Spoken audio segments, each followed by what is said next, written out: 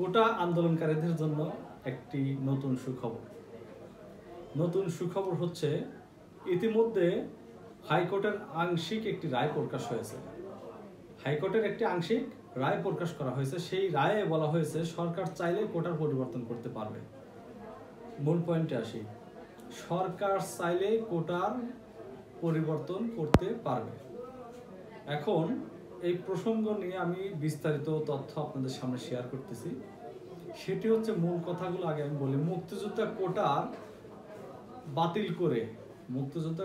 বাতিল করে 2018 সালের যে সরকারের জারি করা পরিপত্র অবৈধ ঘোষণা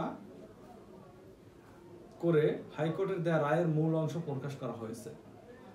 আমি বলতেছি, এই মনে করেন মুক্তিযোদ্ধা করছে আপনার বাবা বা আমার বাবা বা আরেকজনের বাবা বা আমাদের জাতির শ্রেষ্ঠ সন্তানেরা, সেই মুক্তিযোদ্ধার ছেলে এবং মুক্তিযোদ্ধার নাতি পর্যন্ত মনে করেন কোটায় চাকরি পাচ্ছে, চাকরি হয়ে যাচ্ছে অটোমেটিকলি। সেখানে মেধাবীরা যখন যোগ্যতার ভিত্তিতে প্রমাণ করতে চাচ্ছে, তাদের চাকরি হচ্ছে না, আগে কোটাকে প্রাধান্য দেওয়া হচ্ছে।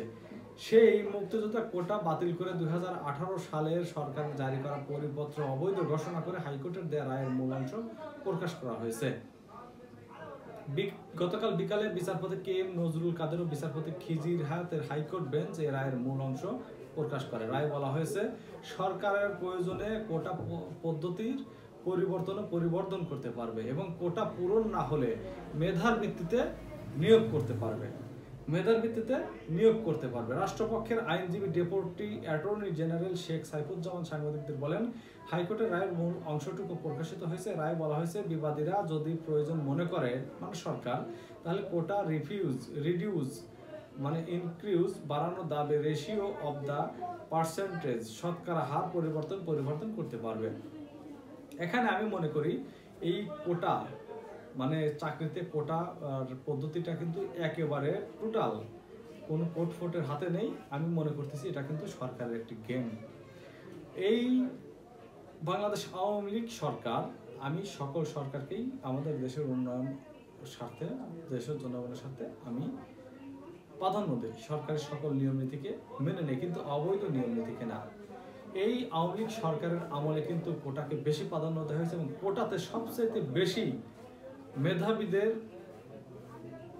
প্রাধান্য না দিয়ে কোটার যে মানে গাপ ধরা চলে, তাদের কলুর বলদদেরকে কিন্তু বেশি প্রাধান্য দিয়ে চাকরিতে বসানো হয়েছে। যার কারণে আজকে দেখেন আমাদের দেশের অর্থনৈতিক দুর্বল, আমাদের দেশের দুর্নীতি বৃদ্ধি পেয়েছে।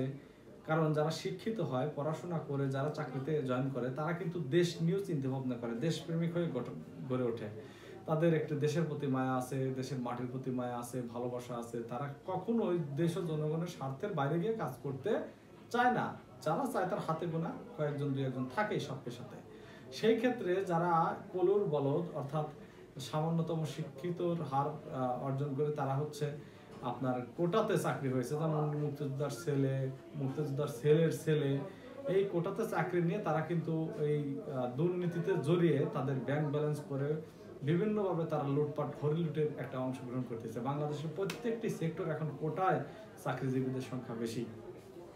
এর কারণে কোটা থাকলে কিন্তু আমাদের দাদাদেরও কিন্তু অনেক উপকার হয়। আমাদের দাদারা মনে করেন যে কোটা থাকলে সুন্দরভাবে তারা ফুটুস করে লোক ঢুকা কিন্তু চাকরি বাকরি নিতে পারতেছে। আপনারা সোশ্যাল মিডিয়া সহ গণমাধ্যমে দেখতেইছেন, আমাদের দাদাদের দেশের অনেক লোক কিন্তু বাংলাদেশে চাকরিজীবীতে আছে। তো আমি হাইকোর্টের এই ঘোষণাটা ভিত্তিতে বলতে পারছি যে কোটার সংস্কার একমাত্র এই গেমটাই সরকারের হাতে। সরকার চাইলেই পরিবর্তন করতে পারবে। তো যারা কোটা আন্দোলন করতেছেন, আপনাদের এই সামান্যতম সান্ত্বনা দিয়ে এই আন্দোলন থামানোর চেষ্টা করা হচ্ছে। আপনারা কি করবেন সেটা আপনাদের কথা। আমি মনে করি এটা আপনাদের জন্য গুড নিউজও হতে পারে, আবার ব্যাড নিউজও হতে পারে। সবাই ভালো থাকুন। আমার এই চ্যানেলটিতে এবং পেজে নতুন নতুন ভিডিও পেতে অবশ্যই সাবস্ক্রাইব করে রাখবেন। পরবর্তী ভিডিও দেখার জন্য সবাইকে আমন্ত্রণ জানিয়ে বিদায় নিচ্ছি। আল্লাহ হাফেজ।